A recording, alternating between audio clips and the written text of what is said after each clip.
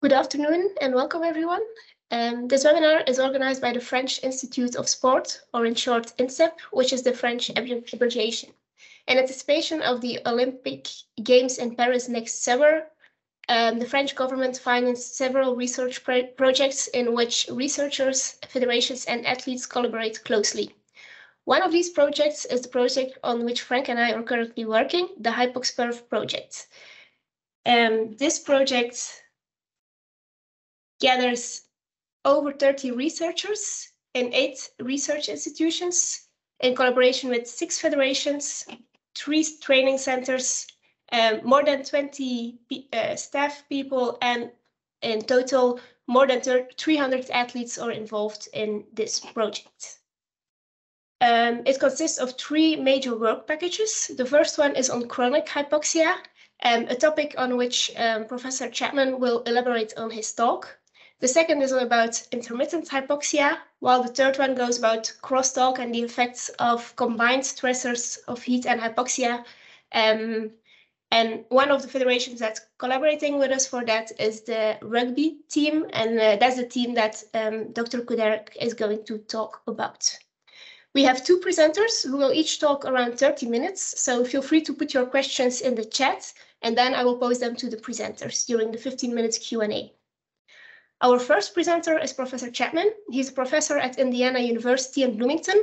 His research is focused on the limitations in elite endurance in general and pulmonary gas exchange in elite distance runners in particular.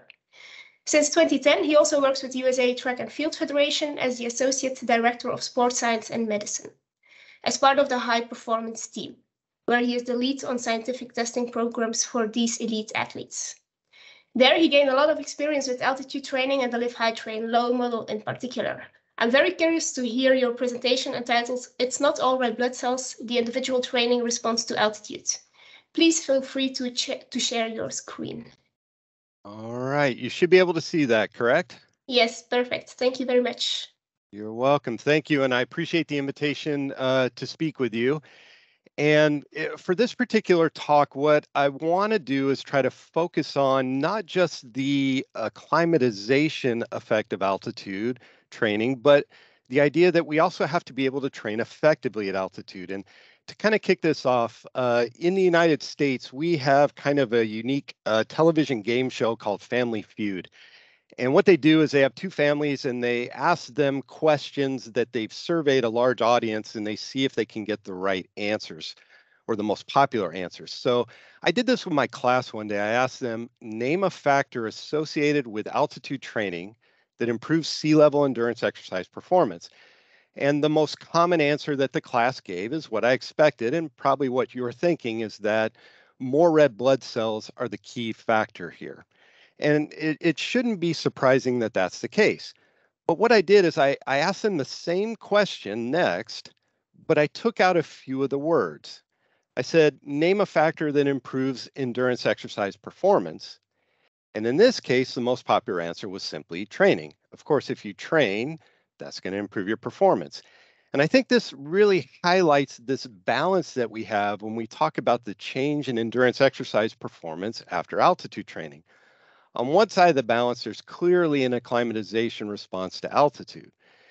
And this is where there are many factors, obviously, that influence the acclimatization response, with more red blood cells certainly being one, with that increasing total hemoglobin mass, increasing oxygen carrying capacity, and increasing VO2 max.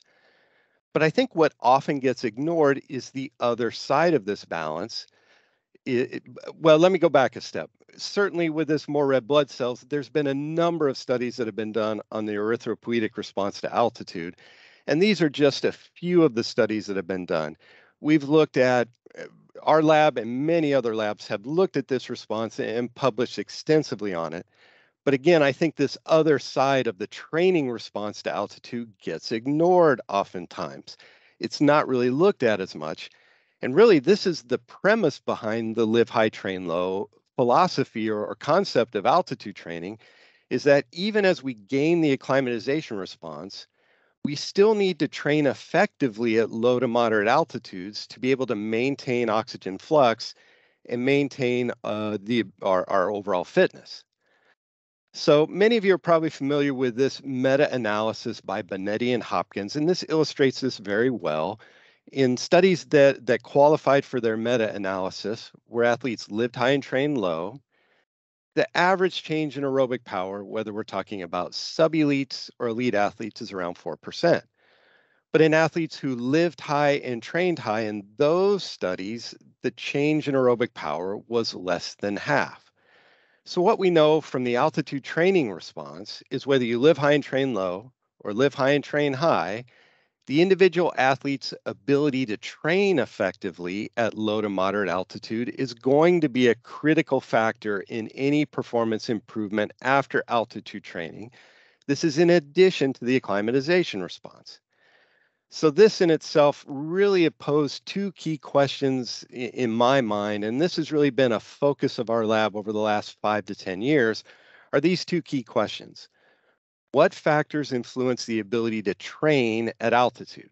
In other words, what factors influence exercise performance both acutely and chronically with altitude exposure?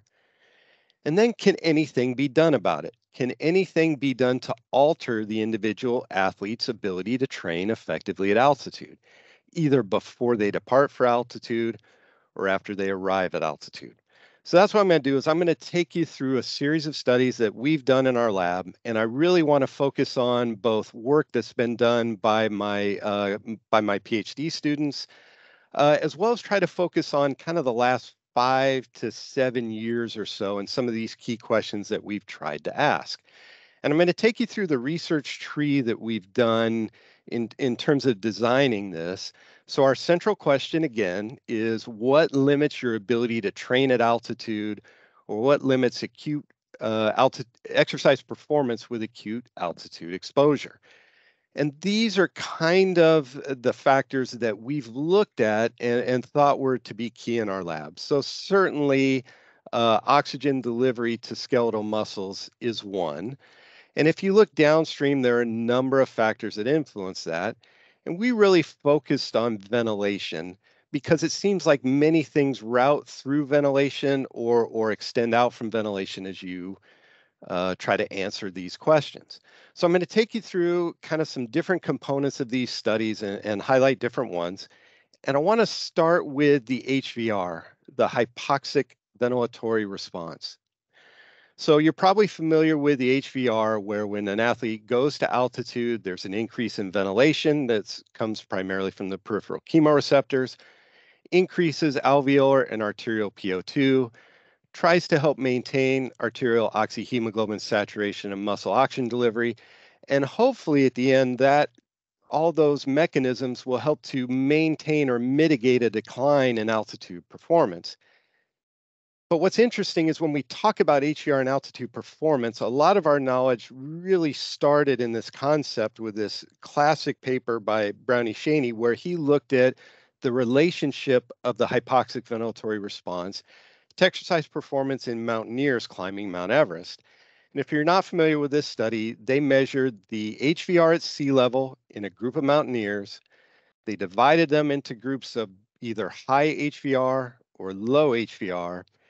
And then the performance measure was what was the highest sleeping altitude and what was the highest climbing altitude they could achieve. And the individuals with the highest HVR could sleep and climb to higher altitudes. But it really begs a couple of questions. Certainly one of them is, does mountaineering and extreme altitude performance relate to, let's say, endurance exercise like running or cycling at more low and moderate altitudes? So certainly that's one. And then the other one is just the way HVR is measured. Typically, HVR is measured isocapnically, where you bleed in more CO2, the inspired line, to keep them isocapnic. But we know that when an athlete goes to altitude and trains, they're not isocapnic. They're going to hyperventilate and reset PCO2 at a lower level. The other one is that the hypoxic ventilatory response is typically done at rest, sitting in a chair. And does that really translate over to exercise? So that's the question that my student Karen Constantini asked. She asked, is a measurement of resting HVR really equivalent to what happens to the hypoxic ventilatory response during exercise? And then what happens when PCO2 is not controlled in these HVR measures? Because we know altitude training is not isocapnic. So here's a study she did. She had 16 well-trained male cyclists. She measured both a resting and exercise HVR, and she did this poikilocapnically, meaning she let PCO2 just drift naturally wherever ventilation took it.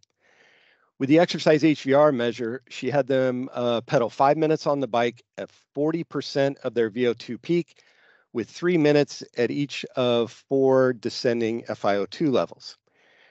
And on this graph, what you see is we've got HVR at rest, we've got HVR during exercise, and essentially at the end of the day, there's no relationship between the two.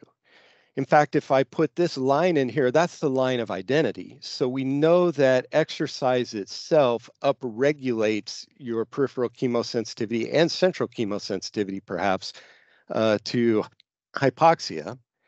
And so to kind of account for this extra CO2 production that takes place during exercise, she went ahead and normalized ventilation to VCO2, and that certainly got them closer to the line of identity, but still there's no relationship in between HVR measured at rest and HVR measured at exercise.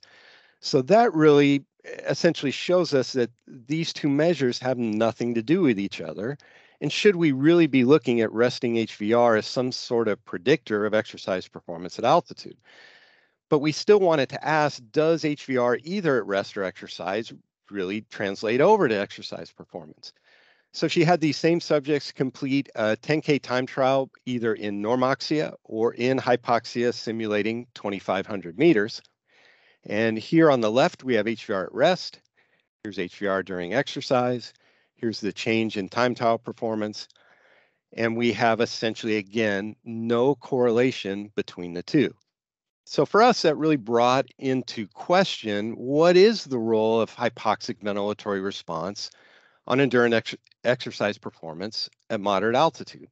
Well, we know there's a lot of other factors that could be coming into play that mitigate any sort of HVR response. And so one of them is mechanical constraints to exercise ventilation.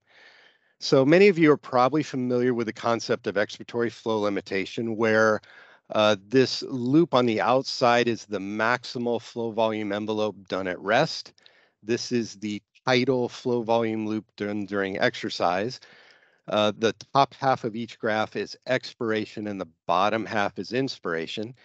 And we can divide people up into basically two categories. We have athletes who we call non-flow limited, who have this mechanical space between their tidal flow volume loop and their maximal flow volume envelope. And then we have athletes who are flow limited, who during exercise, their normal tidal ventilation reaches the limit of the mechanical of the chest wall.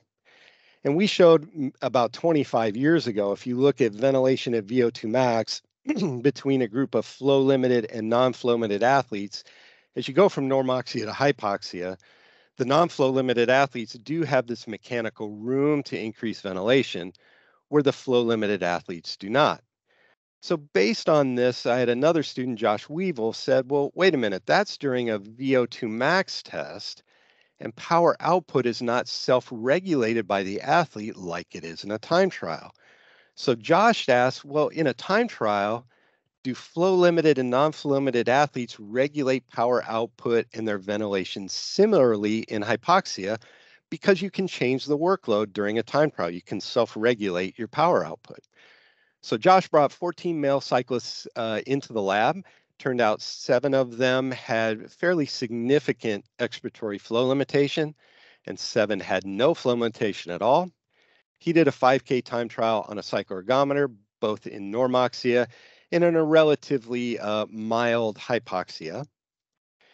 And as you might expect, if we look at ventilatory capacity use, the non-flow limited athletes during the time trial in normoxia had room, if they wanted to increase ventilation.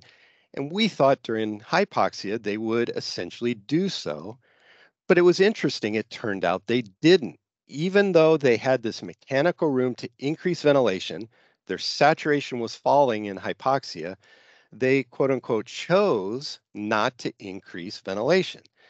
And essentially the reason why is if you look at between normoxia and hypoxia, these non-flow emitted athletes in hypoxia cycled at a lower power output, which meant it took them longer to complete the 5K time trial. And that's opposite of what we expected. We expected them to essentially breathe more because they had room to do so, defend saturation, and defend performance. So why did this happen? Why did the non-flow limited athletes downregulate their power? So what was really interesting is, again, we looked at ventilation, and these non-flow limited athletes did not increase ventilation, even though the flow limited athletes who had very little room to do so were able to ventilate even a little bit more. So it appears that these non-flow limited athletes downregulated their time trial power output in hypoxia, essentially in an effort to clamp this exercise ventilation. And why did they clamp it? And we think the answer is because of dyspnea. So if you look at the change from normoxia to hypoxia in dyspnea scores, at this first K, the non-flow limited athletes who had this big increase in ventilation, or the flow limited athletes, had a big rise in dyspnea. But look at the rest of the exercise bout. Essentially, dyspnea scores went up significantly more in the non-flow limited group, even though they had such a mild increase in ventilation. So we think for whatever reason, these non-flow limited athletes are really trying to keep their dyspnea below some maximal tolerance level, that they're perhaps more sensitive to this psychological perception of even a small increase in ventilatory drive. So we asked next, well, is it possible that we can increase ventilation in these athletes without increasing dyspnea? So Dan Wilhite said, well, maybe we could do this if we used a heliox mixture. If you're not familiar with heliox, that's where you replace the nitrogen with a lower density gas of helium. And if we did that, would performance impairment in hypoxia potentially be mitigated? So Dan brought 14 male cyclists into the lab. He did 3 different 5K time trials. He did a control condition, a hypoxic condition, and a hypoxic condition where we used heliox to make it a little bit easier for these athletes to breathe. And so if we look at ventilation over the 5K time trial, we see a slight increase in ventilation in the hypoxic condition, as you'd expect. And with heliox in hypoxia, we see an even bigger increase in ventilation, 12%. So no greater hypoxic ventilatory drive to breathe. It's the same FiO2, but just by reducing the work of breathing, these athletes now ventilated more. And if we look at the dyspnea scores, we see, what you might expect for a control condition in scores. We see a significant increase in dyspnea in hypoxia. But interestingly, with the hypoxia and helium, even though they're ventilating more, we see a reduced dyspnea score compared to hypoxia alone in more levels. And if you look at performance, we do see a slight improvement in time to completion in the hypoxia and helium trial, we think because of this reduced dyspnea from work of breathing. So that made us really start to look at dyspnea more. We really wanted to take a deeper dive into this perception of ventilatory effort when you go to altitude and train. And so Tim Fulton took this on and he said, well, what about locomotor respiratory coupling? And the idea here, if you're not familiar, is locomotor respiratory coupling is this stable frequency and phase locking of ventilation and locomotion. Basically, your breathing and your step rate tend to get in rhythm and match each other. And it's quantified as a percentage of breaths that begin at a specific time point of the stride. And well-trained runners are very good at this. They often have degrees of locomotor respiratory coupling of greater than 60%. And the thought is that if you can increase your locomotor respiratory coupling, that decreases work of breathing and that decreases dyspnea. Now, what's interesting when you go to altitude is we know that any submaximal pace, you're going to have the same step frequency as at sea level, but you're going to be breathing at a higher ventilation and a higher frequency of breathing. So Tim asked, could this increase in ventilation at any pace at altitude affect the athlete's ability to locomotor respiratory couple, and would it impair make dyspnea worse? And so he brought 14 runners in, did 5 minutes at 3 submaximal speeds and ramped them to max. And he did it in normoxia and in hypoxia equivalent to 2,400 meters. And what he found, if you look at the step frequency to frequency of breathing ratio, this is exactly what you would expect. Not only that this ratio gets smaller as you run faster, but in hypoxia, because the frequency of breathing is higher, this ratio goes down. No surprises there. But if we look at the change in locomotor respiratory coupling between normoxia and hypoxia, essentially we see that there's no change. That on average, trained distance runners are so good at maintaining locomotor respiratory coupling, even though they're breathing more in hypoxia, they can just breathe at a new rhythm and get right into that coupling. We did, though, look at, there's a couple unique instances where we have one athlete who had a significant lowering of LRC and hypoxia, and another athlete who actually got a little bit better at it. And if you look at these two individual athletes and look at their VO2 or their running economy between normoxia and hypoxia at these two specific speeds, notice the athlete who got worse had I won't want to say significant, but had a higher VO2 or cost of running at that particular speed, whereas the athlete who got better at locomotor respiratory coupling had no change. So that just shows us something that many of you already know. With altitude, there's a lot of individual variability that you have to account for. Now, the next thing with dyspnea that we wanted to look at is, well, is there anything we can do about it? And I had a couple students ask about inspiratory muscle training. And so many of you know, of course, we have increased ventilation at any workload at altitude. So my students' thought was, could pre-training the ventilatory musculature prior to arrival at altitude change the athlete's perception of ventilatory effort? And so Daniel Hirsch and Mariska Baranauskas took this project on. And the idea that they had was, Daniel Hirsch was a baseball fan. I know many of you may not be familiar with the sport of baseball, but what the batter does when he warms up is he puts a weight right here on the end of the bat and swings it in warm up, and it creates kind of a kinesthetic illusion. In other words, the batter's perception is changed after this warm up when they take the weight off, and the bat feels lighter.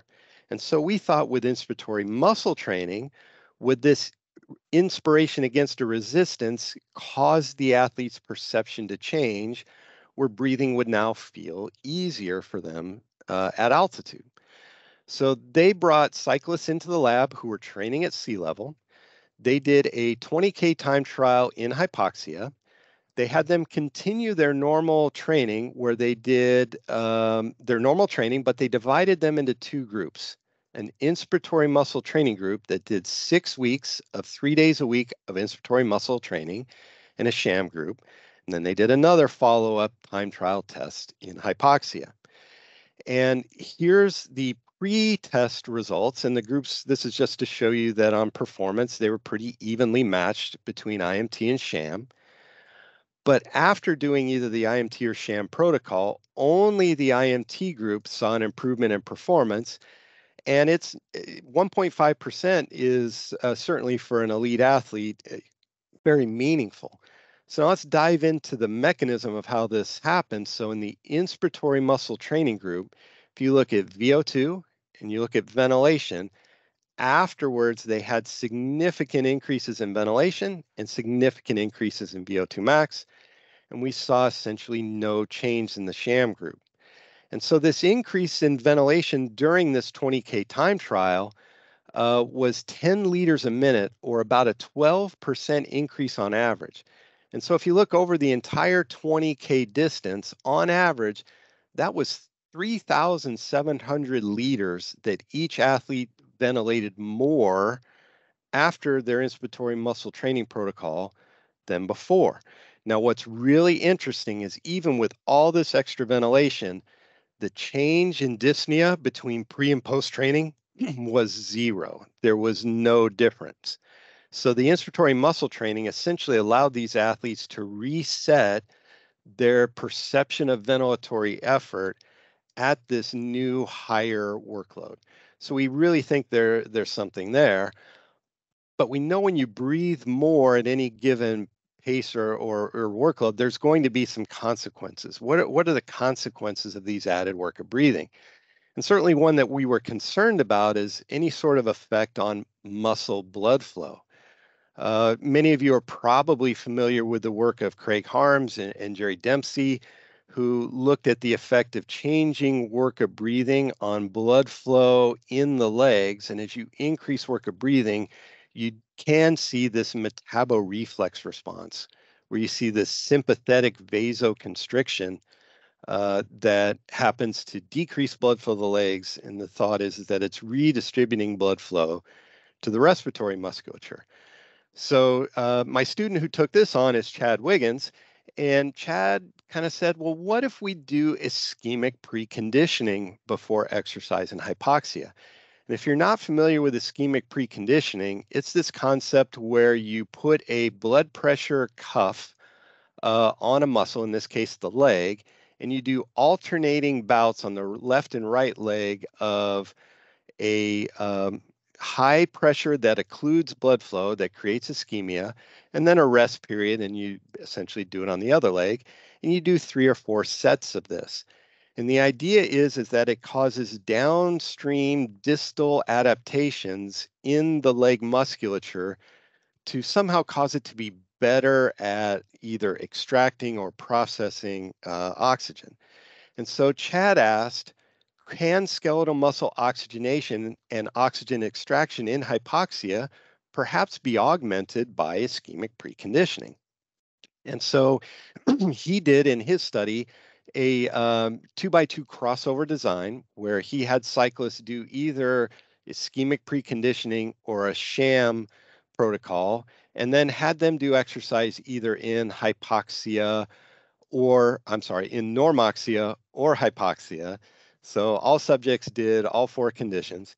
And this was his study design, where you've got the ischemic preconditioning, where you're breathing either the normoxic or hypoxic gas mixture, a warm up, a constant load below gas exchange threshold, and a constant load above gas exchange threshold, and then a 5K time trial.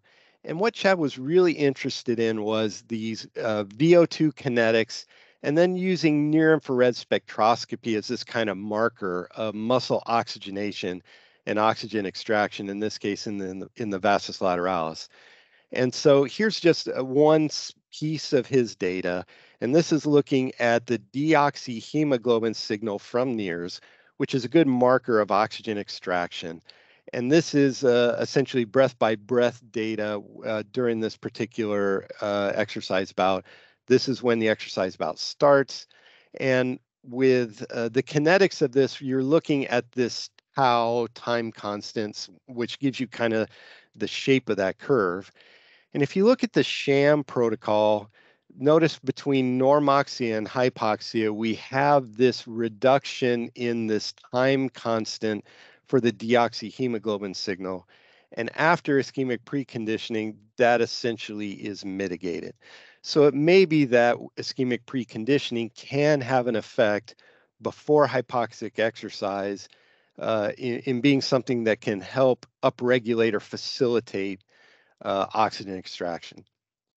So at the end of the day, just kind of tying this all together is that when we look at altitude training, we tend to focus more on this acclimatization response.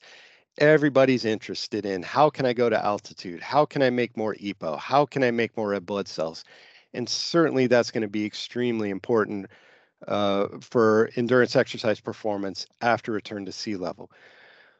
But hopefully I convinced you it's not only more red blood cells, is that when you go to altitude, you still have to be able to train, and you still need to be able to train effectively. So with that, I just want to say thank you and recognize many of my research colleagues, certainly Ben Levine and the late Jim Stray-Gunderson were 2 of my key mentors. And then none of these studies would have been possible without great graduate students, and I tried to highlight their work for you today. So with that, thank you very much, and happy to answer any questions that you may have. Thank you very much for this interesting talk, Professor Chapman. I sure learned a lot, and I hope the others did so as well. Don't hesitate to put your questions in the chat. Maybe I'll start with a question first. You mentioned the locomotory respiratory coupling, a study that you did about that. Have you also tried it in practice with athletes, or did you only do research about it? With locomotor respiratory coupling, that was more of what I would call a proof of concept sort of study. We had theories that perhaps some of the performance impairment that athletes see when they go to altitude has to do with the fact that they have more dyspnea, and maybe that increase in dyspnea comes from a decoupling of breathing and foot strikes, and the ability or the fact that they're getting out of rhythm doing that.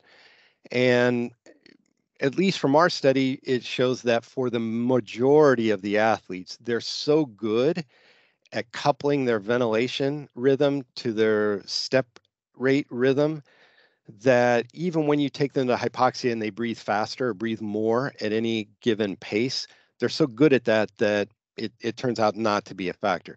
There are those two outliers that I pointed out, and I think there's value perhaps with pre-screening athletes before they go to altitude to find out if they're ones that get out of that coupling with the extra ventilation that happens with altitude. And if so, knowing that in advance would allow you to counsel that athlete and prepare them for the fact of, when you go to altitude, you may notice this a little more and may feel a little out of rhythm and not like it.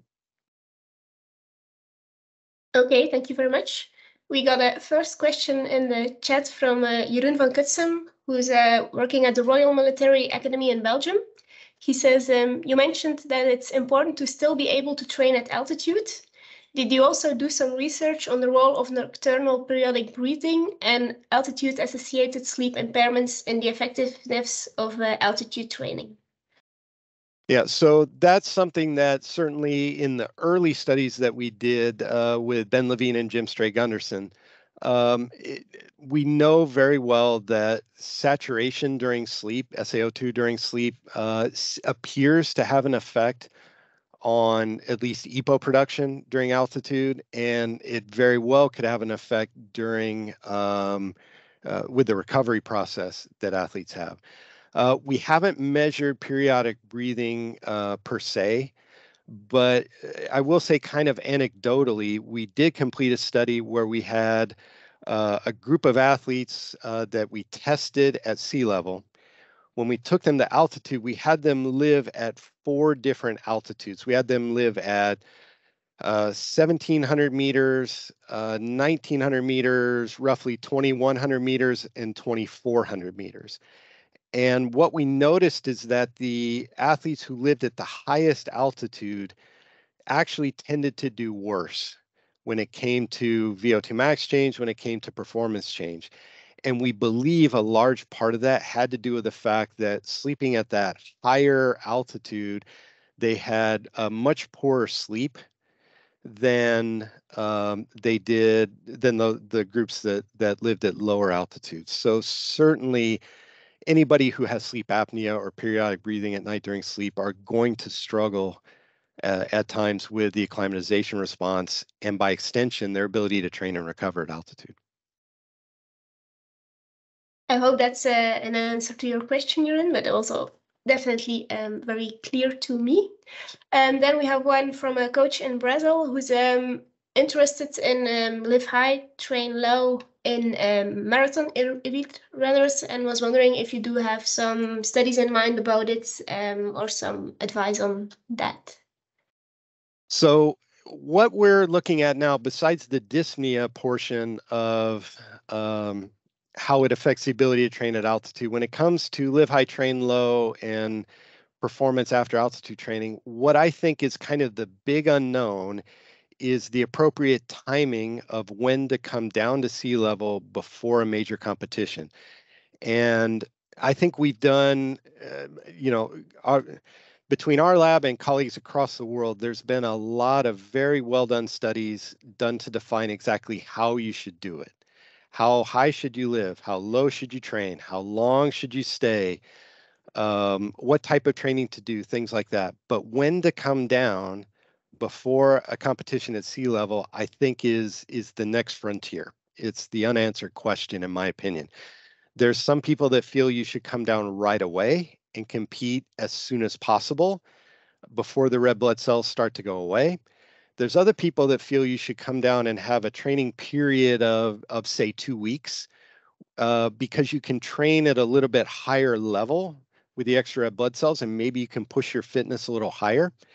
Now, where that applies to the marathon is, anecdotally, many of my colleagues believe, and I tend to agree with them, that for marathon athletes, I think they tend to do better coming down and competing right away, like within the first 2 or 3 days after return to sea level. I think with more middle distance athletes, like say 1,500 meters or 5,000 meters, I personally think they tend to do better after about 14 to 21 days at sea level. So be able to come down, have a good quality training block for 2 weeks, let the ventilatory acclimatization that you get go away, and be able to have good performances at that time point. So that's my advice, at least on the marathon side, is, this concept of should you compete right away or compete a little later on. It's a study I'd love to do, but as you know, those studies take a lot of money, a lot of time, a lot of athlete and coach effort to be willing to do it, but hopefully we can someday pull that off. Thank you very much. Sounds really exciting studies to do. Then we have a question that comes back to the sleep at altitude, and if you think that the hypoxic ventilatory response could be a predictor for who is more likely to suffer and who not. That's a very good question. I do know that, if you look at many of the climbing studies and some of the studies that Rob Roach has done and things like that, that people who tend to have low hypoxic ventilatory responses do tend to be slightly more susceptible to acute mountain sickness and things like that. It would not surprise me if athletes with low HVR have more periodic breathing. One thing we have noticed on the other side, at least with exercise, athletes who have very low HVRs, when they go to altitude, they tend to not be bothered as much with training, meaning they go and exercise, they have a low HVR, there's not a big drive to breathe.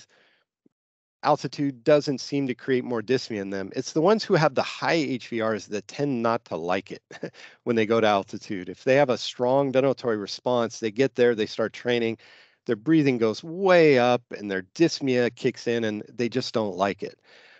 So it may be that having a low HVR is maybe a little better for the perception of effort when you're training, but having that low HVR may impair your sleep, where you might have more periodic breathing and affect your recovery. Okay, thank you very much. I'm going to wait a little to see if there are more questions popping up. But I think there's a lot to do with the hypoxic ventilatory response and a lot to discover still. I do. I just want to say, our lab has been very, very interested in this concept of dyspnea. And I think it's something that has largely, it hasn't been given the credit that I think it is due when it comes to impairment for performance at altitude.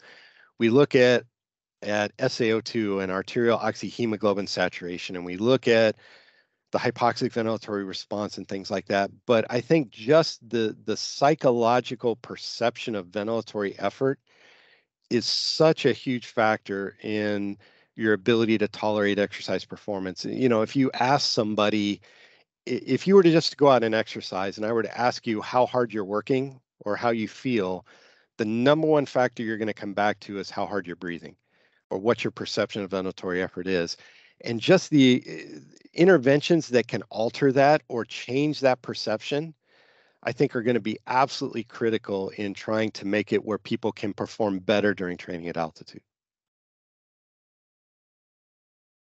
Yes, thank you very much. A next question has arrived, but I think that's something that maybe will be more a question for Dr. Couderc later on your opinion of combining an altitude training camp with sprint repeats in the same training camp.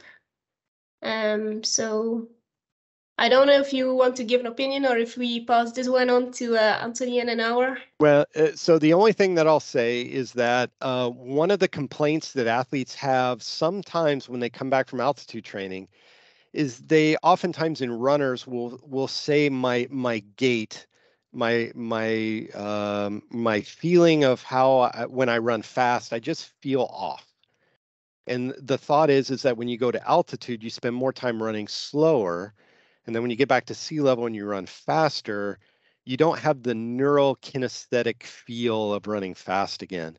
And so we actually looked at that. It's not a study I showed, but we published it, looking at stride length, stride frequency, time on the ground, time in the air, in a group of runners, both before and after altitude training, and we saw absolutely no difference. We looked at some neurological measures like H reflex. We saw absolutely no difference. So it might be a perception athletes have, but in terms of their actual gait, biomechanics, and their actual neural function, we haven't seen any difference as a function of altitude training. Okay, interesting.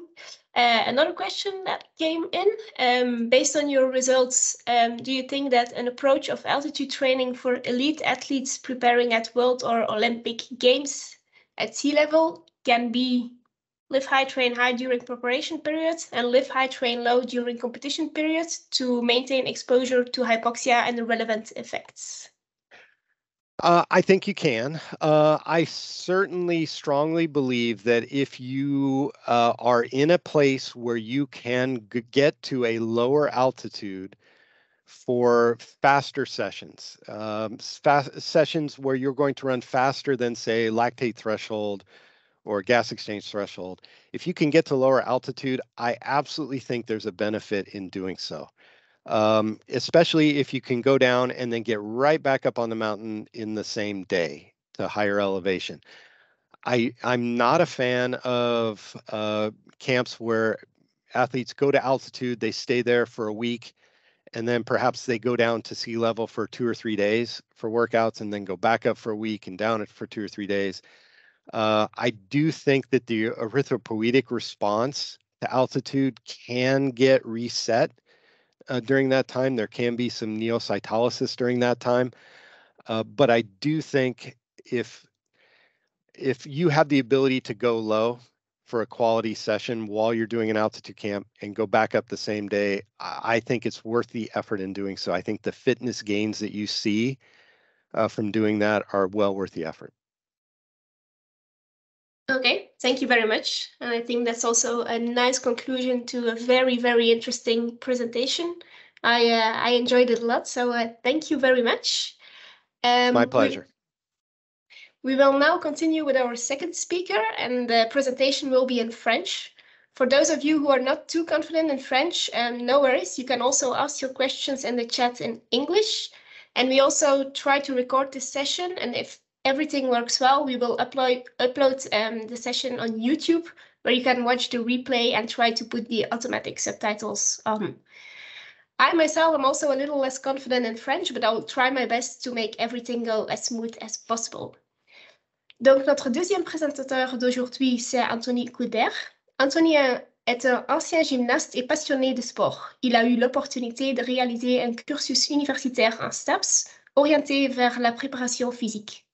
À la Fédération française de rugby, la FFR, il était en charge de la préparation physique de l'équipe de France féminine de rugby à 7 entre 2012 et 2022, avec laquelle il a pu vivre différentes compétitions majeures, à savoir 6 championnats du monde, 7 championnats d'Europe, 2 Coupes du Monde et 2 Olympiades, Rio 2016 et Tokyo 2020. Il a aussi été le référent concernant les problématiques liées au stress environnemental et depuis janvier 2022, il est le responsable de la préparation physique du Rugby Club Toulon. Son intérêt aujourd'hui se tourne vers l'analyse des exigences de la tâche pour améliorer les formats de préparation physique. Et en ce sens-là, la manipulation des données GPS, les entraînements à haute intensité et aussi le stress environnemental sont des champs qui retiennent toute son attention dans la perspective d'améliorer les performances individuelles des joueurs de rugby. Et maintenant, vas-y, Dr. Couderc. Sorry for English speaker. The organization gave me only 30 minutes to my presentation, and if I want to keep the timing, I need to speak in French because my English is so bad. Sorry for that, and I switch in French. Merci Janne et Franck pour l'invitation aujourd'hui dans ce webinaire. C'est pas un cadeau de passer derrière le professeur Chapman, bien connu du monde du stress environnemental. Donc, je vais faire de mon mieux, non pas pour donner une leçon de physiologie ou de préparation physique, mais plus pour partager l'expérience que j'ai eu la chance de vivre avec l'équipe de France de rugby à 7 féminine.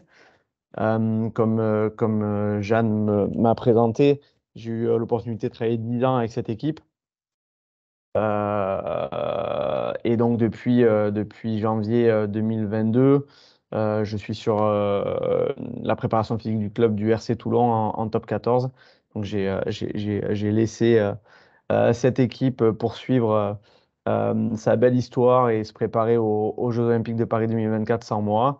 Mais je sais qu'elle est très bien encadrée par son staff et par la fédération et par en l'occurrence Franck Brocherie pour tout ce qui tourne autour du stress environnemental et essayer de préparer cette équipe du mieux possible pour les Jeux de Paris. Du coup, l'idée c'était de vous présenter un petit peu ce qui a été fait avec cette équipe jusqu'à l'obtention de leur médaille olympique à Tokyo, en passant aussi par l'Olympiade de Rio, sur laquelle on avait aussi travaillé sur différentes thématiques. Avant de rentrer vraiment dans le détail du stress environnemental, il me semblait indispensable de présenter qu'est-ce qu'est le rugby à 7, parce que c'est vrai que c'est une discipline qui est méconnue. Et donc, l'idée, c'était de la présenter rapidement. Donc voilà, ce sont des matchs de 2 fois 7 minutes. Les joueuses et joueurs jouent 3 matchs en général par jour, 6 matchs par tournoi, une dizaine de tournois sur la saison. Comme vous pouvez le constater sur cette vidéo, en espérant qu'elle passe bien, se partageant le terrain à 2 fois moins de joueurs qu'en rugby à 15, on va avoir beaucoup plus de place à ces actions de très haute intensité avec ces courses de sprint, ces phases de lutte et de contact de collision comme en rugby à 15. Et dans cette action, on va voir que les 7 joueuses sont quasiment toutes concernées par le ballon et par l'action. Et en 40 secondes après le coup d'envoi, un essai qui propulse l'équipe en finale de la Coupe du Monde de San Francisco en 2018. Donc une activité très physique qui s'enchaîne beaucoup, à la fois sur le terrain, mais aussi sur le circuit mondial, comme vous pouvez le constater. Ici, des tournois qu'on dit secs. Donc, par exemple, l'équipe va à Hong Kong et revient en France, ou des tournois sous forme de tournée, où l'équipe va enchaîner 2 tournois d'affilée d'un week-end sur l'autre. Des choses qu'il faut largement prendre en compte dans une planification. Avec, vous le voyez sur le tableau de droite, des parties vertes et vert clair qui sont vraiment dédiées à l'entraînement et au développement des qualités, et donc un intérêt potentiel pour la mise en place de stress environnemental entre ces tournois internationaux. Voilà un type de semaine sans forcément mise en place de stress environnemental, avec, vous le voyez, 2 à 3 séances de musculation dans la semaine, 7 à 8 entraînements de rugby sur du bi-quotidien, parfois très quotidien, et souvent une séquence de haute intensité en milieu de semaine, portée ou courue. Quand il y a mise en place de stress environnemental sur ce type de semaine, on avait l'habitude de placer au moins un jour de récup entre 2 séances, et on plaçait, comme vous le voyez, au maximum 3 séances sous stress environnemental dans la semaine, lundi, mercredi et vendredi. Pourquoi donc pourquoi cette introduction? Vraiment pour caractériser le rugby à 7, montrer que pour nous, on le considère un petit peu comme un sport extrême avec une répétition de matchs, d'actions de haute intensité et de collisions, qui va faire l'appel, nécessiter différentes qualités physiques, à la fois la capacité aérobie, mais aussi la puissance, la vélocité et les capacités de force. Et donc, cette introduction pour vraiment mettre en avant notre intérêt fort pour le stress environnemental, pour répondre à différentes problématiques. Vous allez le voir dans la suite de mon exposé. Sur la route de Rio 2016, on a eu l'occasion de mettre un peu plus l'accent sur plutôt le travail en hypoxie. Et là, je vous présente deux stages qu'on a pu faire, deux stages bien différents. Un à Tignes, donc en Living High, Training High, or Very High, j'ai envie de dire. Les entraînements de rugby se passaient à 2100 mètres d'altitude pendant 3 semaines. Et les séances de répétition de sprint sur vélo s'effectuaient à 3000 mètres d'altitude. On faisait des 3 blocs de 9 x 6, 24, donc 6 secondes de sprint sur vélo et 24 secondes de récupération. C'était un stage très intense durant 3 semaines à distance de quasiment 24 jours de l'échéance olympique. Après ce stage, on s'était rendu compte qu'on avait enregistré des puissances maximales développées sur vélo qui étaient plus importantes post-stage que pré-stage. Et on avait aussi observé la capacité des joueurs à se déplacer à haute intensité par rapport à la distance totale qui était meilleure sur des situations très caractérisées, très connues. Voilà, des capacités à se déplacer à haute intensité qui étaient meilleures qu'avant le stage. Donc assez bénéfique sur la partie capacité, on va dire, aérobie. Un deuxième stage a été réalisé aussi, celui de Doha au Qatar, accompagné donc de Franck Brocherie, Olivier Girard et Sébastien Racinet, où là, on a voulu comparer un groupe en normoxie et un groupe en RSH à 5000 mètres d'altitude. La séance était celle qui est stipulée sur votre gauche de l'écran. 4 blocs, 5 fois 5 secondes de sprint, 25 secondes de récup. Faut bien noter que la récup se réalisait en normoxie. Donc, les joueuses sortaient de la salle pour récupérer au niveau de la mer. Ce qui, je pense, a permis aux joueuses de pouvoir effectuer l'ensemble des séances à haute intensité. Il y a un article qui est en cours d'élaboration sur cette manip-là. Et on espère que dans les prochaines semaines, il puisse voir le jour et qu'on puisse vous en dire plus. Au regard de cet intérêt autour du stress environnemental et d'abord autour de l'hypoxie, la fédération a voulu mettre les moyens autour de ça et a construit sa propre salle environnementale en 2019, une salle de 80 mètres carrés. Et puis tant qu'à faire, à vouloir travailler en hypoxie, on a négocié dur avec, avec la direction et on a pu en fait finalement développer une salle capable de simuler de l'hypoxie, mais aussi de la chaleur et de l'humidité. Comme vous le voyez sur ces images, on a voulu penser une salle modulable dans laquelle on allait pouvoir à la fois travailler des skills un petit peu rugby type contact, mais aussi les séances de vélo, de boxe, de rack pour le travail en musculation, de force, deux tapis de course, 2 assaut bike, de quoi pouvoir s'entraîner dans différentes situations au bon vouloir en fait du préparateur physique qui allait utiliser l'espace. Sur la route de Tokyo, du coup, on s'est posé beaucoup de questions. On avait déjà travaillé sur l'hypoxie fort pour Rio et on savait aussi que l'Olympiade de Tokyo allait être très chaude.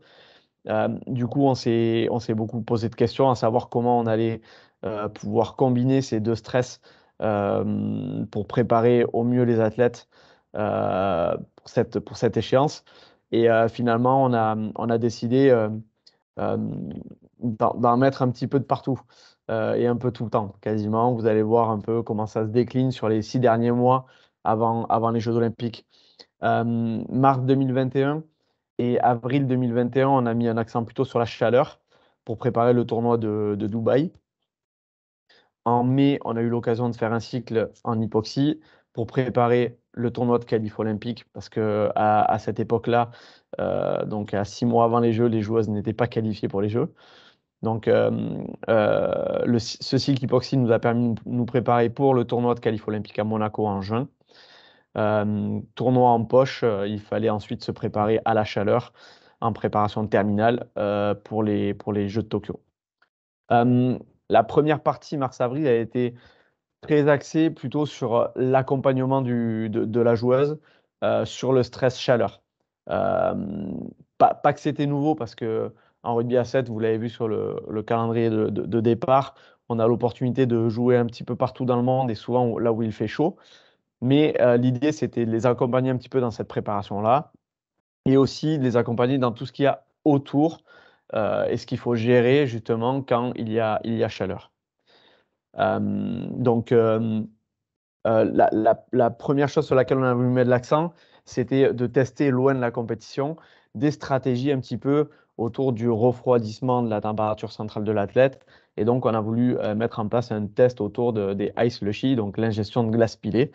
On a fait une petite manip avec donc Franck Brocherie et F. Thiollier à l'INSEP, pendant laquelle on a voulu tester le jus de cerise et le sirop de menthe en ingestion de glace pilée pendant les séances et après les séances.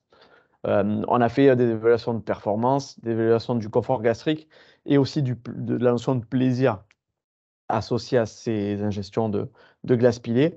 On s'est rendu compte que sur la performance, il n'y avait aucun impact. Sur le confort gastrique, ben, contrairement à ce qu'on peut entendre, ça va me rendre malade ou je ne vais pas supporter, on s'était rendu compte que c'était plutôt bien encaissé par les athlètes. Et par contre, un gros point positif sur la notion de plaisir de l'ingestion de la glace pilée pendant et parfois après la séance, qui en fait rafraîchit et on va parler grossièrement, va faire vraiment du bien à la tête de l'athlète quand il a passé une heure d'effort en situation de chaleur.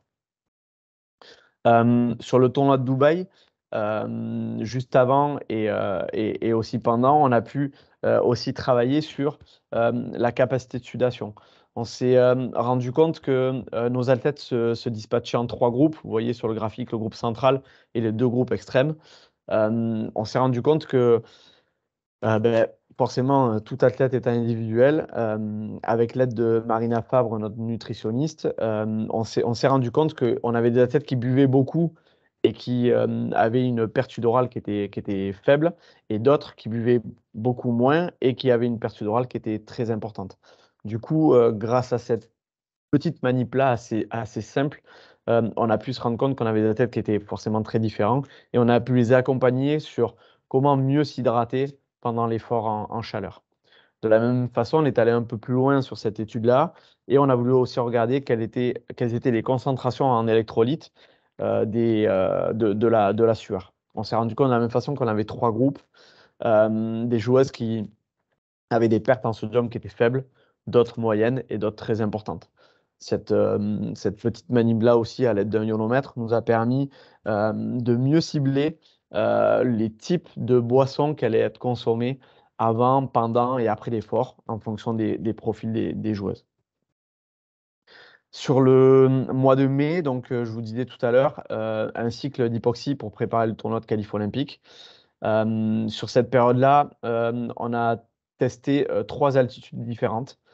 Donc 2000, 2500 mètres et 3000 mètres en salle. Donc en répétition de sprint, le même protocole qu'à Doha, 4 blocs de 5 x 5,25 sur tapis non motorisé. Et on a pu mesurer à chaque fois les distances parcourues, les SPO2 et les RPE, ce qui nous a permis de faire une évolution un petit peu dans le cycle plutôt d'altitude plutôt que de densité d'effort. Ce cycle-là nous a permis d'évaluer les joueuses un petit peu sur ces altitudes et nous a permis, vous allez le voir ensuite, de voir un petit peu quelles étaient les réponses de ces joueuses aux différentes altitudes. Juin, tournoi de qualif olympique, donc remporté à Monaco.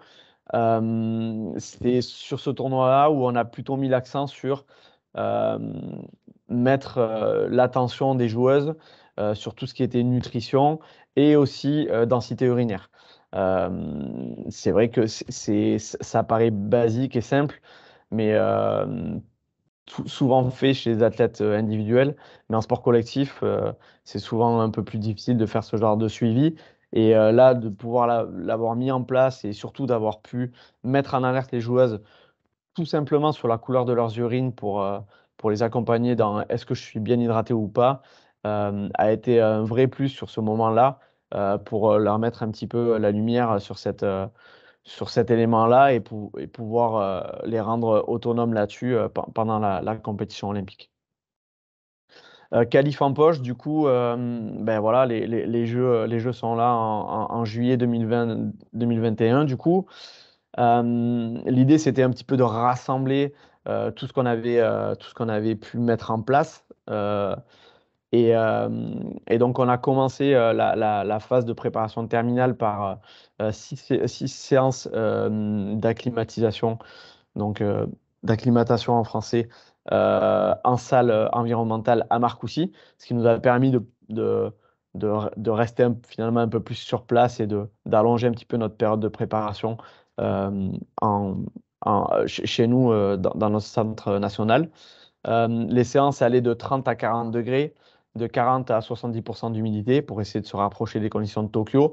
Et comme vous le voyez sur cette vidéo, des formes d'entraînement plutôt de type RHIE, donc répétition d'efforts intenses.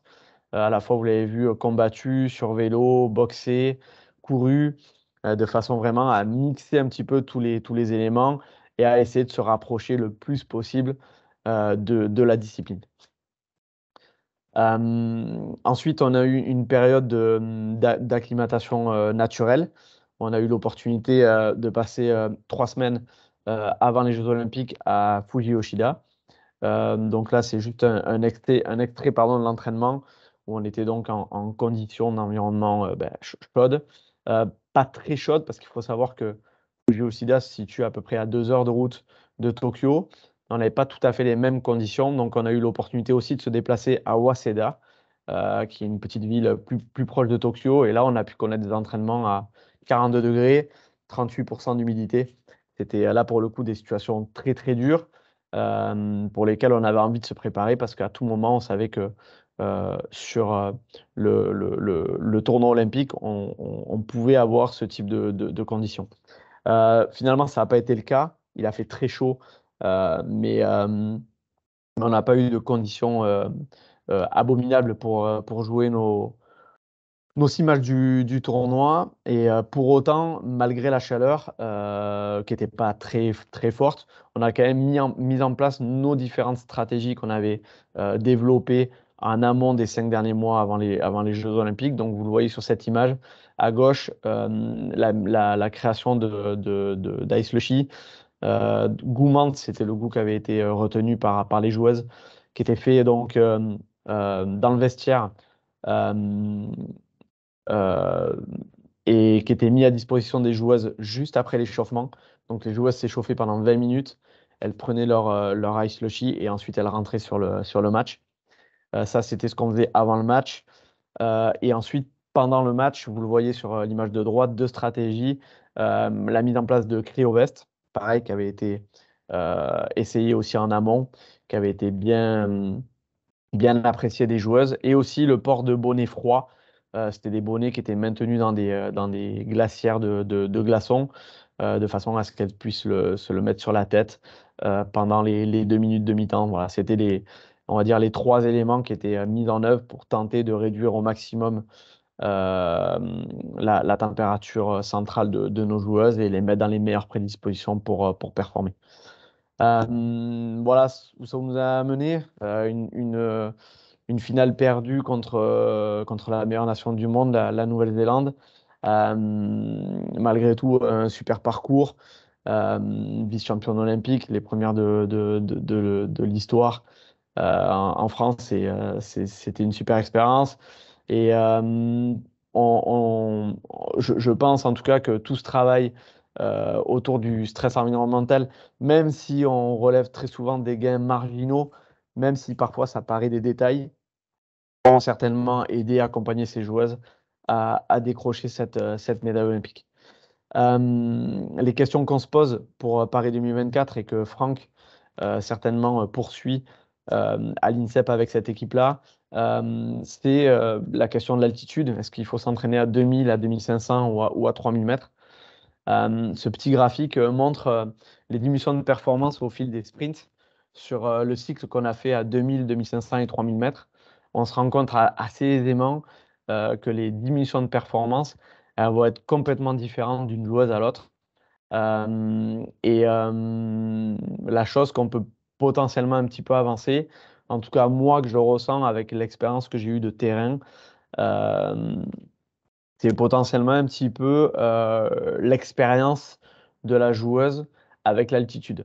La ligne du haut, sans citer de nom, est une joueuse qui a connu les différents stages en altitude réalisés avec l'équipe de France dans la dernière décennie.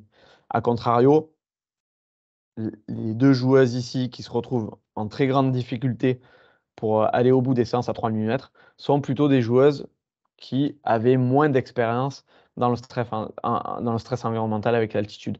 Donc potentiellement, j'ai envie de penser, et je ne sais pas si c'est vrai, et ce sera peut-être à prouver, que l'habitude de s'entraîner en hypoxie potentiellement permet aux joueuses, aux athlètes de mieux y performer.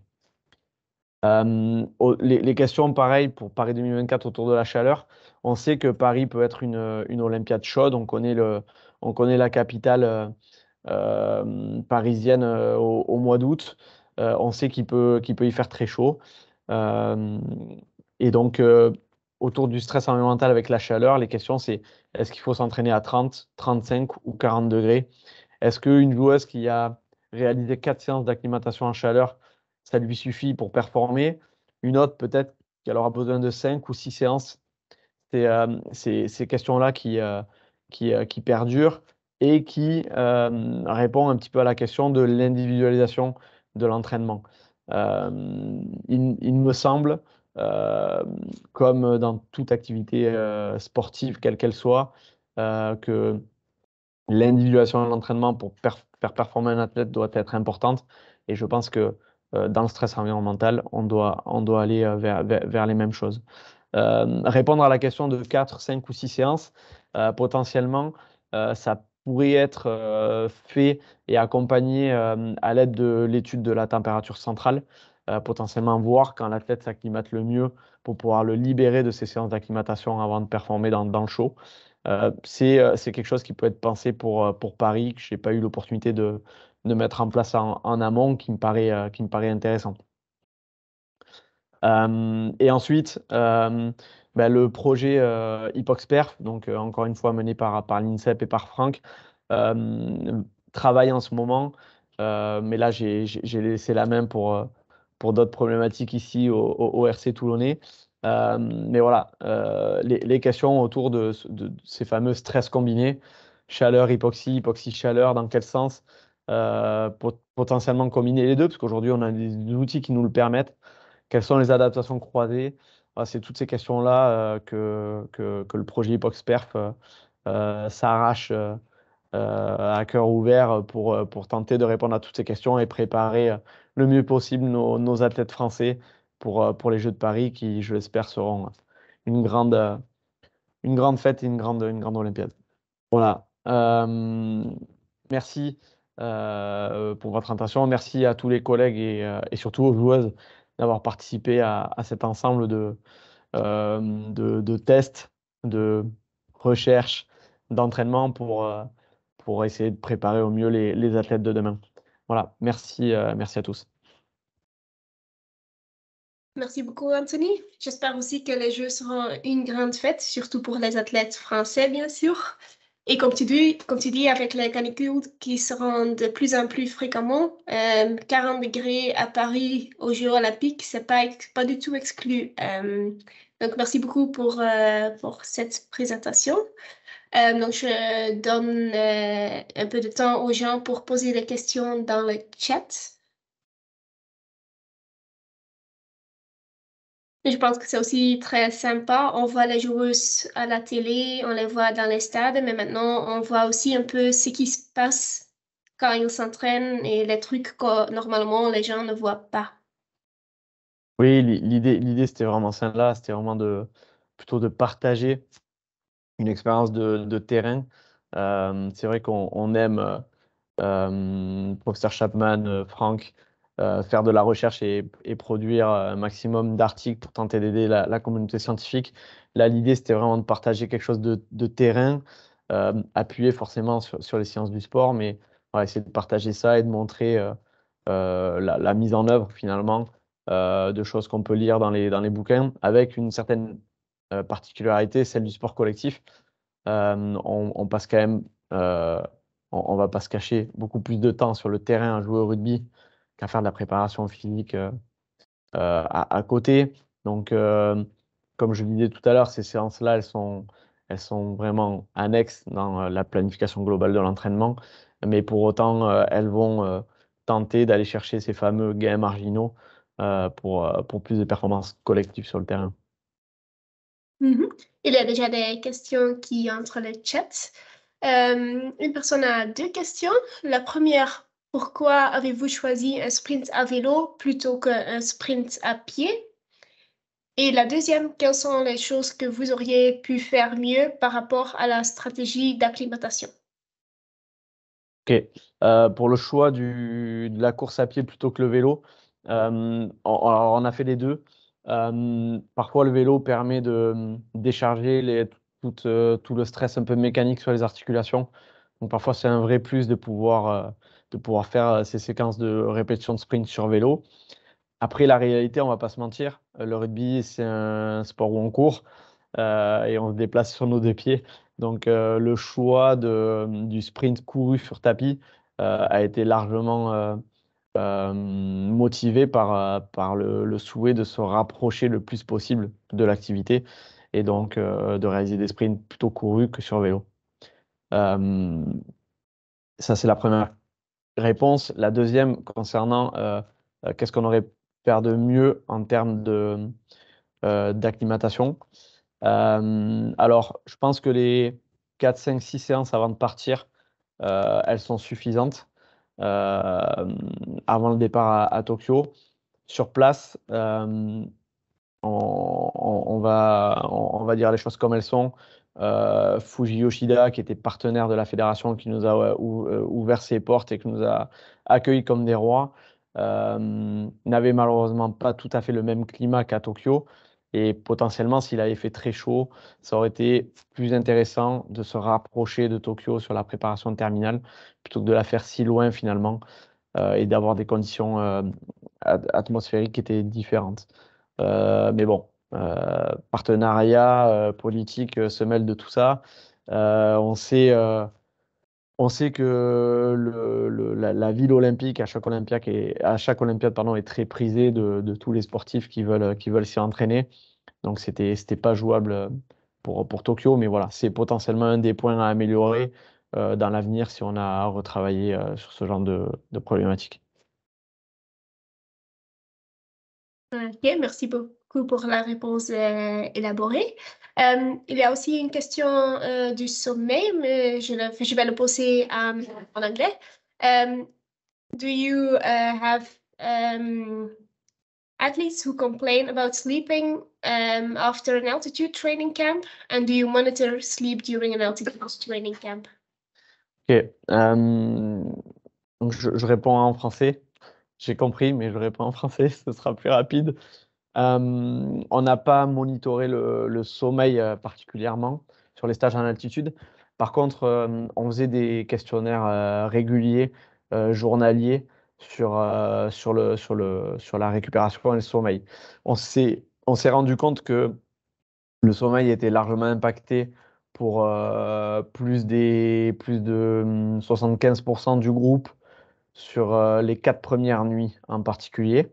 Donc, on va dire la première semaine, un sommeil très impacté, euh, ce qui a été pris en compte dans l'entraînement et qui a été régulé dans les charges d'entraînement qu'on mettait en place.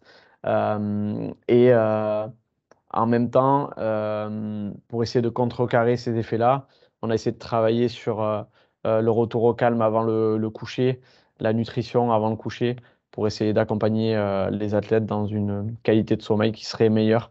Mais oui, je confirme que sur une équipe de quasiment une vingtaine de joueuses, une grande partie a le sommeil perturbé les premières nuits et il faut le prendre en compte quand on planifie notre stage et notre entraînement.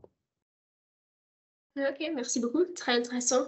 La prochaine question, est-ce que tu as une idée de données SPO2 pendant les sessions RSH à 2000, 2500 et 3000 mètres? Oui. Alors, encore une fois, je n'ai pas présenté ces données-là, mais tout était bien recueilli à chaque fois. Encore une fois, c'est très individuel. On a des SPO2 qui sont descendus jusqu'à 82%. C'était les plus basses. Et pour autant, les diminutions de SPO2 étaient différentes d'une joueuse à l'autre et aussi d'une séance à l'autre. Sur ce cycle-là, on a fait 3 séances à 2000, 3 séances à 2005, 3 séances à 3000. Et on s'est rendu compte que la décrémentation en SPO2 était souvent identique d'une joueuse à l'autre, mais on voyait que ces différences étaient exacerbées au fil du cycle et étaient différentes d'une joueuse à une autre. En moyenne de mémoire, parce que je ne les ai pas sous les yeux, je dirais 90 à 2000, 87, 88 à 2005 et 83%, 84 en moyenne avec des joueuses qui descendaient à 82% sur la séance à 3000. Ok, merci beaucoup. Élaborer la différence des altitudes. La prochaine question. Quelles sont, selon vous, les différences entre une séance de RSH à 2000 et à 5000 même mètres? Donc, ça serait déjà très, très haut. Et devrait-on adapter l'altitude de l'entraînement à la demande du sport? Alors, à mon avis, pour avoir réalisé la séance à 5000 mètres, la récupération entre les blocs en normoxie, elle est indispensable. Je pense qu'on ne pourrait pas tenir la séance à 5000 mètres en continu en récupérant à 5000 mètres entre les blocs. Je pense que enfin, ce serait possible, les athlètes iraient au bout de la séance, mais pas de bonne qualité et pas avec des bons sprints.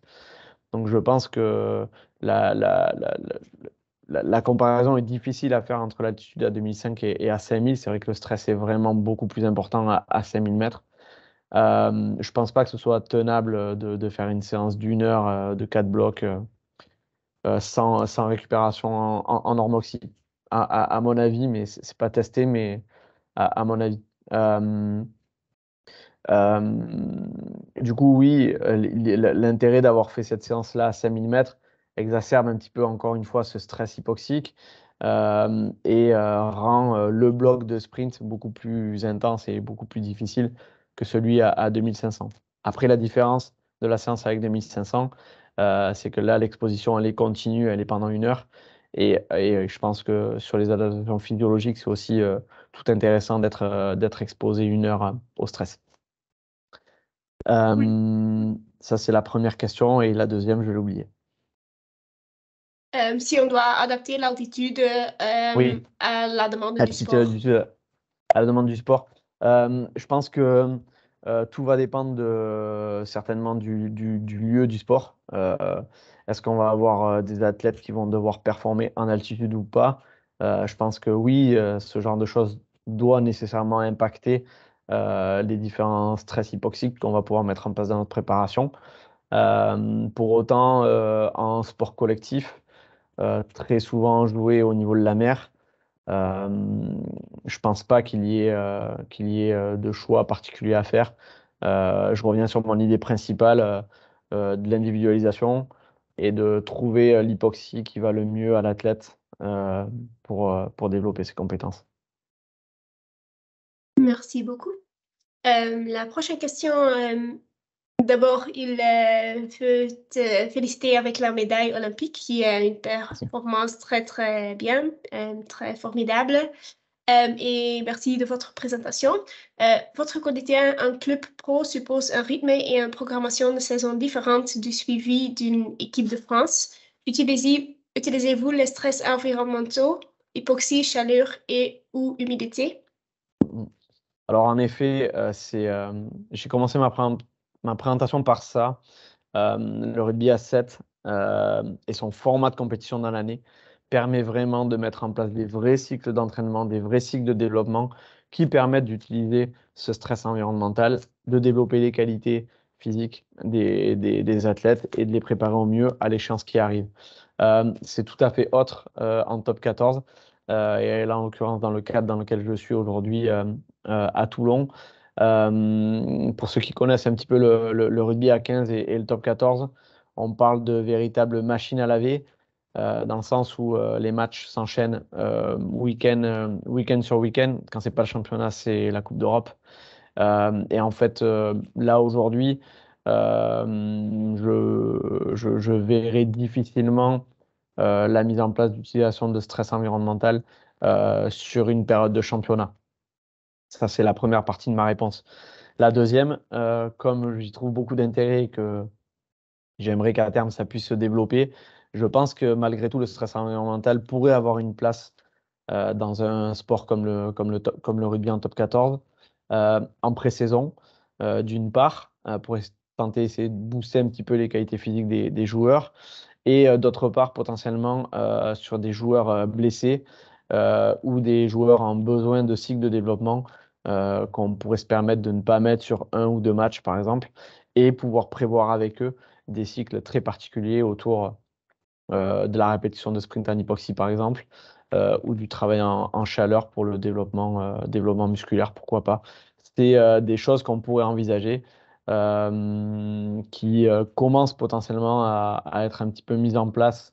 Je le sais sur le club du Racing à Paris, mais je ne crois pas que ça se fasse ailleurs aujourd'hui en top 14. Et si mon travail ici perdure, on verra peut-être dans les prochaines années si ça peut se mettre en place ou pas. Très intéressant. La prochaine personne se demande si la dégradation de la performance à 3000 mètres observée chez les filles, est-ce que c'est pas dû à l'application d'un stimulus hypoxique trop sévère plutôt qu'à un manque d'habitude du travail en hypoxie? Je pense qu'il parle de deux filles qui étaient très bas à 3000 mètres. Ouais, là, clairement, il y a pas de réponse théorique et scientifique à ça, puisque c'est vraiment une étude de cas et on parle de deux joueuses qui ont vraiment mal géré la situation à 3000 mètres. Est-ce que c'est une altitude trop importante pour elles qui ne leur permettent pas de maintenir une performance adéquate? C'est possible. Est-ce que l'impact du stress psychologique, justement, quand on n'a pas l'habitude de vivre et de mettre en place ce type de séance-là, a pu impacter euh, leur performance, poti- potentiellement leur motivation? Est-ce que c'est pas trop stressant, juste mentalement, pour pouvoir se mettre en condition physique, on va dire maximale pour faire de la répétition de sprint? Il y a plein de réponses qui sont possibles. Malheureusement, j'ai certainement pas la bonne, j'ai pas cette prétention-là. Euh, mais c'est des choses que si on avait l'habitude de mettre en place avec beaucoup plus de fréquence et avec un corpus d'athlètes plus grand, c'est des choses, je pense, auxquelles on pourrait répondre. Oui, merci beaucoup. La prochaine question, y a-t-il des adaptations aux températures dites froides? Par exemple, les athlètes de pays chauds, est-ce qu'ils doivent s'adapter à la température dans des chambres froides? Et est-ce que vous pensez si c'est possible d'effectuer un travail en hypoxie combiné avec une température assez haute? Ou ça sera contre-productif? Alors, je pense que l'acclimatation, elle va dans les deux sens. Donc j'ai envie de répondre oui, même si je me suis jamais posé la question réellement et que j'ai pas eu à préparer ce genre d'événement. donc à performer dans le froid. Mais oui, je pense que l'acclimatation, de par aussi sa composante psychologique qui est forte, est nécessaire à la fois, je pense, pour performer en environnement chaud, mais aussi en environnement froid. Je pense qu'il faut s'intéresser justement aux travaux de Franck avec l'athlète Stéphanie Giquel, qui s'est préparée à des marathons dans l'Antarctique. Il pourra certainement mieux répondre que moi à cette question-là, mais oui, je pense que se préparer au froid, c'est important aussi. Euh, et la deuxième question, pardon, c'était sur Oui, c'était un peu pareil. Ah non, c'était la combinaison la entre combinaison chaud hypoxie et température et haute. pour moi, là, je suis pas sûr que euh, on ait l'effet escompté en couplant les deux stress. D'une part, je pense que le couplage des deux stress risque de rendre la séance beaucoup trop difficile et donc ne pas permettre à l'athlète de se mettre à l'intensité maximale. Ça, c'est le premier point. Le deuxième, il me semble qu'il y a des travaux qui ont commencé à traiter la question et qui n'ont pas, je tairai les auteurs parce que je voudrais pas me tromper, mais ils n'ont pas encouragé en tout cas la combinaison des deux stress parce que les effets étaient pas ceux espérés. À creuser plus en Ouais. détail. C'est ça que moi j'ai lu aussi, mais j'ai pas d'expérience pour l'instant avec ça. Et on a encore une dernière question, c'est de nouveau en anglais. Donc, do you have experience with heat acclimation in a room in function of a high altitude training camp in the mountains to minimize the first negative responses when coming at altitude? Do you know if there are cross adaptations there? J'ai pas tout à fait saisi la question, Jeanne. Si préparation en chambre en chaleur, ça peut Oui, avoir des effets croisés bénéficiels sur des camps en altitude un peu plus tard ok. pour le même athlète. J'ai pas de réponse. Je pense que en tout cas le projet HypoxPerf devrait tenter de travailler sur ces questions-là. Tu me dis si je me trompe, Jeanne, mais moi personnellement, j'ai pas de réponse. Je peux pas répondre à ça. Pour autant, j'ai quand même l'intime conviction, sensation que de vivre l'expérience qu'on va vivre après en compétition et la solution qui prépare le mieux à la réalité. Donc j'ai envie de dire que tant mieux s'il y a des adaptations croisées et que la chaleur peut préparer à l'hypoxie et vice-versa, tant mieux. Mais je pense malgré tout que si on a performé en altitude, il faut se préparer en hypoxie. Et si on risque d'aller performer en chaleur, il faut se préparer à la chaleur avant d'y aller. Je pense que j'ai eu beaucoup de retours très positifs des athlètes en question après ces cycles-là, en me disant que c'était très dur et qu'elles avaient parfois du mal à comprendre vraiment l'intérêt. Et puis quand on allait sur l'altitude ou sur la chaleur, revenir me voir en me disant ah ouais, Anthony, t'avais largement raison, on s'est super bien senti, ou ça nous a aidé à. Et ça, je pense qu'il faut le garder en tête. Merci beaucoup pour aussi partager les opinions des athlètes parce que c'est quelque chose que nous, comme chercheurs, on n'a pas toujours on se rend pas toujours en compte, donc ça c'est très très intéressant. Moi aussi, j'ai pas encore une réponse à cette question, mais c'est quelque chose qui nous intéresse beaucoup et qui fait plus ou moins partie du projet ici. Merci beaucoup, Anthony. Toutes les questions, ils ont été répondues et moi, j'ai bien aimé la présentation. Also, Professor Chapman, thank you very much for a very clear presentation and good and clear answers on the questions. So for me, it was definitely a good webinar, very interesting. So thank you very much. We will try to upload this webinar on YouTube as well. So if everything goes well, in a couple of days, it will be you will be able to watch it on replay. So thank you very much all Thank for you. joining us, and hopefully we'll see you next time. Thank you all. Thank you, Robert. Bye. Thank you.